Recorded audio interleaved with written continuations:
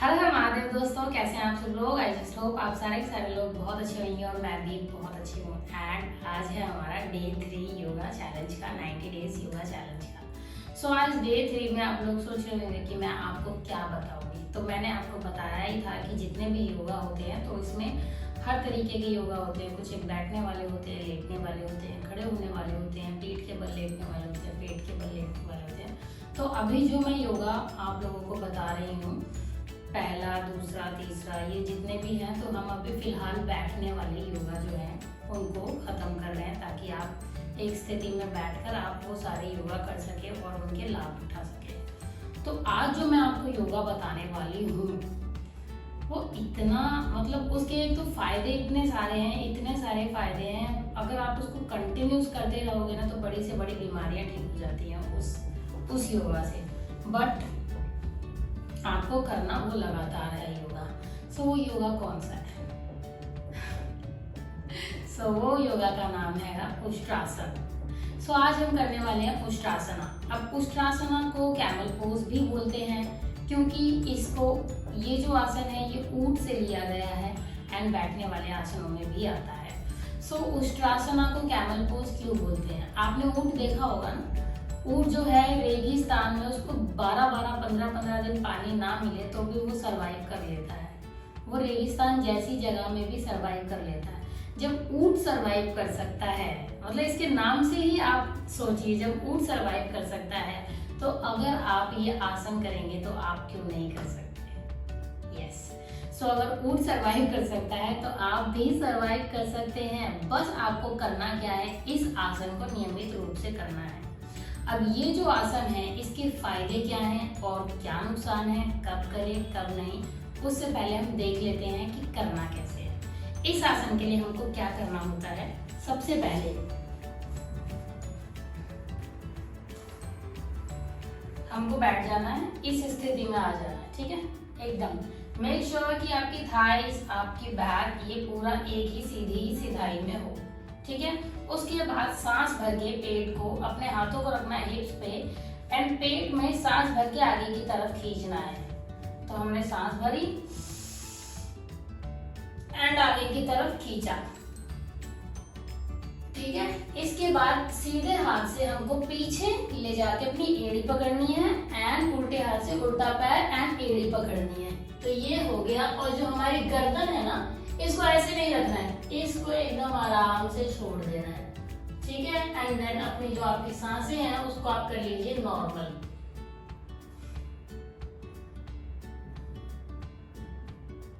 तो आप देख सकते हैं कि जब मैं ये आसन कर रही हूँ तो मेरी जो रीढ़ की हड्डी है ये मुड़ रही है। तो बहुत सारे आसन जिसमें आपको रीढ़ की हड्डी मोड़नी होती है, तो उस आसनों को करने के लिए ये प्राथमिक आसन माना गया है, क्योंकि ये आपकी रीढ़ की हड्डी को मजबूत करेगा और मोड़ेगा। इसके अलावा आप क्या देख रहे हैं? इसके अलावा आप देख रहे हैं कि जब मैंने ये उष्ट्रासन किया तो मेरा ये वाला हिस्सा खींचा पूरा, तो यहाँ की ये हिस्सा खींचा है लोअर एब्डोमेन का, तो यहाँ का सारा फैट खत्म हो जाएगा, यहाँ का मोटापा खत्म हो जाएगा। इसके अलावा मेरी चेस्ट की ओपनिंग हुई है, चेस्ट का हिस्सा पूरा खुला है। तो जिन लोगों को ब्रोंकाइटिस है, स्पॉन्डिलाइटिस है, आपका क्या कहते हैं, ये वाले हिस्से में जिनको अस्थमा है, जिनको डायबिटीज है, जिन लोगों को ज़्यादा प्रॉब्लम रहती है इस हिस्से से रिलेटेड, बलगम अंदर जमा हो जाता है, फेफड़े खराब हो गए हैं, किडनी में दिक्कत है, तो वो सारी की सारी जो दिक्कतें हैं वो ये आसन ठीक कर देगा। क्यों? क्योंकि आपकी चेस्ट की ओपनिंग हो रही है, ये वाले पोर्शन की ओपनिंग हो रही है, तो ये सारी बीमारियां ठीक करेगा। आपका जो पेट है यहाँ पे खिंचाव पड़ रहा है, तो एक तरीके से आपके पेट की जो नसें हैं ये उसको सिकाई करेगा। अब जब आपके पाचन तंत्र की सिकाई होगी तो पाचन क्रिया आपकी ठीक हो जाएगी, कब्ज की प्रॉब्लम ठीक हो जाएगी, ठीक है। आपको इससे रिलेटेड जैसे लोगों को कब्ज हो जाती है या फिर नपुंसकता वाली प्रॉब्लम है, या फिर मतलब जो भी इससे रिलेटेड प्रॉब्लम है वो सारी की सारी, क्योंकि इस जगह पे आपके खिंचाव पड़ रहा है तो वो सारी की सारी बीमारियां ठीक होंगी। इसके अलावा आपकी गर्दन से रिलेटेड हो गई, जैसे थायराइड हो गया, थायराइड की बीमारी। लेकिन अगर आपको क्या करना है, आपको ये कंटिन्यूस करना है। अगर आप कंटिन्यूस नहीं करेंगे तो फिर कोई फायदा नहीं है। तो आप इसको नियमित रूप से करेंगे तो थायराइड की बीमारी जो है आपकी वो ठीक हो जाती है। टॉन्सिल्स जो होते हैं वो ठीक हो जाते हैं, थायराइड से नीचे आएंगे, चेस्ट का बलगम ठीक हो जाता है, फेरेंजाइटिस ठीक हो जाता है। सो ये सारी की सारी जो डिजीजेस हैं, आपके फेफड़े खुल जाते हैं, लोगों के फेफड़ों में कि फेफड़ों की वजह से कितनी दिक्कतें आती हैं, तो वो सारी दिक्कतें आपके ठीक हो जाती है। अब इसके अलावा हम जब ना ये जो हमारा ये जो पोर्शन है, हम इसको एकदम आराम से शांत छोड़ देते हैं। तो अगर हमने अपना ये पोर्शन पूरा शांत छोड़ दिया है ऊपर बिना किसी मतलब प्रेशर के, तो आपके चेहरे पे ये एक तरीके से आपके चेहरे पे लाली लाता है, आपके चेहरे पे रौनक लाता है, आपके चेहरे पे ग्लो लाता है। इसके अलावा हमारा सर नीचे की साइड है तो ब्लड सर्कुलेशन उस साइड ज्यादा है, तो इसकी वजह से आपका जो मन है वो शांत हो जाता है। जो आपको मेडिटेशन करके चीजें मिलती हैं वो आपको उष्ट्रासन करके भी मिल जाएंगी, तो आपका मन शांत हो जाता है, आपका नर्वस सिस्टम भी स्लोली ठीक हो जाता है। तो ये एक नॉर्मल आसन नहीं है, ये ऐसा आसन है कि इसको करके आप करोड़ों फायदे उठा सकते हैं। एंड करोड़ों फायदे के साथ साथ इस आसन की जो डॉक्टर्स हैं वो भी सलाह देते हैं। रीढ़ की हड्डी जो है, जो निचले भाग में जो जिसके पेन रहता है रीढ़ की हड्डी में, उन लोगों की रीढ़ की हड्डी का दर्द चला जाता है। अब दर्द कैसे चला जाता है, जब आप ये आसन करेंगे तो आपकी जो रीढ़ की हड्डी है वो मुड़ती है पीछे की साइड। जब पीछे की साइड मुड़ती है तो वो मजबूत होती है, एंड जितनी जो चीज़ मजबूत होती है उसमें बीमारियां नहीं लगती हैं, और जब बीमारियां नहीं लगती हैं तो वो चीज़ आपकी स्ट्रांग हो जाती है, आप बीमारी से मुक्त हो जाते हैं। तो जिन लोगों की यहाँ लोअर बैक में दर्द रहता है तो वो दर्द भी चला जाता है। अब इसको जो है कौन से लोगों के लिए ये मना किया जाता है, ये जैसे बहुत सारे लोग हैं ना, हर एक आसन को किसी को करना चाहिए, किसी को नहीं करना चाहिए, सबके अपने अलग अलग वो होते हैं। तो जिन लोगों का बीपी बहुत ज़्यादा हाई रहता है या लो रहता है, या फिर जिनको इंसोम्निया की दिक्कत है, या जिनको माइग्रेन की प्रॉब्लम है, क्योंकि आप जब पीछे करोगे तो और ज़्यादा प्रेशर आएगा उस चीज़ को, तो वो लोग इसको अवॉइड करें, इसको नहीं करें, मतलब ना ही करें तो बेहतर है और करने का तरीका मैंने आपको बताया। मैं एक बारी फ्रंट से भी आपको दिखाना चाहती हूँ। इसमें आपको आप इस तरीके से खड़े हुए हैं, तो यहाँ से आपका ये जो थाइज है ये मजबूत होंगी, यहाँ का फैट कटेगा।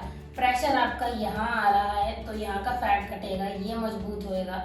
पेट पे पूरा प्रेशर आ रहा है, सिकाई हो जाएगी, एंड आपकी चेस्ट की ओपनिंग होएगी। अस्थमा, जिन लोगों को सांस की बीमारी होती है वो लोग भी इसको करें, इसको नियमित रूप से करने से, क्योंकि आपकी ये चेस्ट ओपनिंग हो रही है तो आपकी अस्थमा की बीमारी भी ठीक हो जाएगी। कितने फायदे हैं। तो अब मैं आपको फ्रंट से भी दिखा रही हूँ। मैंने अपनी गर्दन को एकदम सीधा छोड़ दिया है, सीधे हाथ से सीधी एड़ी, उल्टे हाथ से उल्टे पैर की एड़ी, एंड जस्ट रिलैक्स।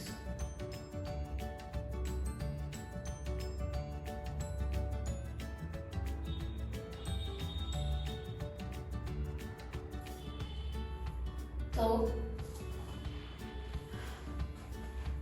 ये गर्दन पूरी खींचती है।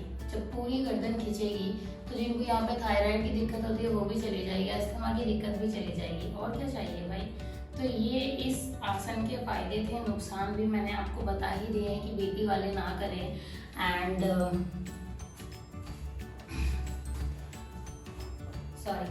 बीपी वाले ना करें, एंड जिसका लो हाई बीपी रहता है वो लोग ना करें, माइग्रेन वाले ना करें, और ये ना करें।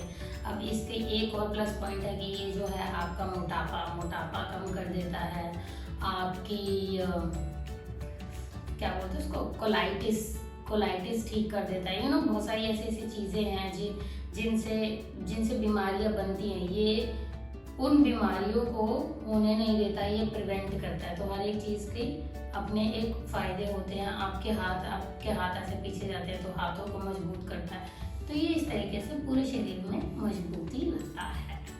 तो यस, ये था हमारा आज का आसन।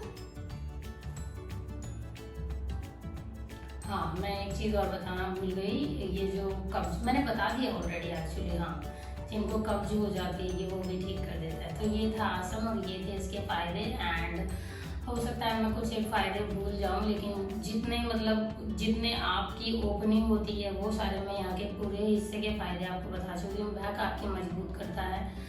आसनों की जो जैसे चक्रासन हो गया, सेतुबंधासन हो गया, ये सारे आसनों को करने में आपको आसानी मिलती है अगर आप उष्ट्रासन करेंगे, क्योंकि ये जो है आपकी बैक को फोल्ड करने में पीछे की तरफ मदद करता है।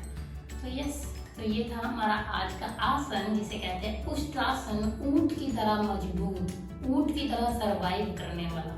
अगर आप भी जिंदगी में सरवाइव करना चाहते हैं और आप भी चाहते हैं आपके फेफड़े स्वस्थ रहे, आपकी किडनी स्वस्थ रहे, आपको अस्थमा ना हो, आपको थायराइड ना हो, आपके चेस्ट में बलगम ना जमा हो जाए, आप अंदर से स्वस्थ रहें, आपको जिन लोगों को नपुंसकता की दिक्कत है आपको वो दिक्कत ना हो, आपकी पेट, निचले पेट में मोटापा ना बढ़े, क्योंकि जब आप ऐसे करते हो, जो चाहते हैं कि मेरा पेट हमेशा फ्लैट रहे, मेरे अंदर मोटापा ना आए, तो वो लोग कर सकते हैं। तो आप चाहते हैं अगर मोटापे की दिक्कत ये वो, तो सारी दिक्कतें अगर आप चाहते हैं इन चीज़ों से दूर रहना, तो आपको करना चाहिए उष्ट्रासन।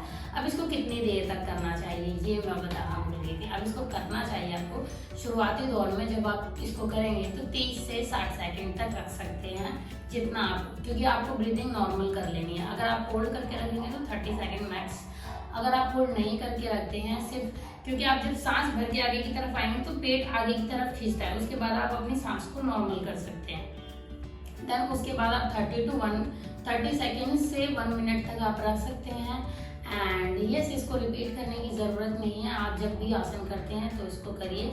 हाँ, अब इसको करना कब है करना कब है इसको? मॉर्निंग में खाली पेट आपको करना है। जब आप बाकी का योगा करते हैं तब कर सकते हैं। आप इसको स्पेशली अलग से भी कर सकते हैं। जैसे कई लोगों को यहाँ से रिलेटेड प्रॉब्लम है, अपनी चेस्ट से रिलेटेड प्रॉब्लम है, ब्रोंकाइटिस वगैरह, तो वो लोग इसको खाली भी आसन भी कर सकते हैं। खाली पेट करना है, और अगर खाली पेट नहीं कर रहे, दोपहर के टाइम में, शाम के टाइम कर रहे हैं, तो शाम के टाइम भी कर सकते हैं। रिजल्ट आपको दोनों में ही सेम मिलेंगे।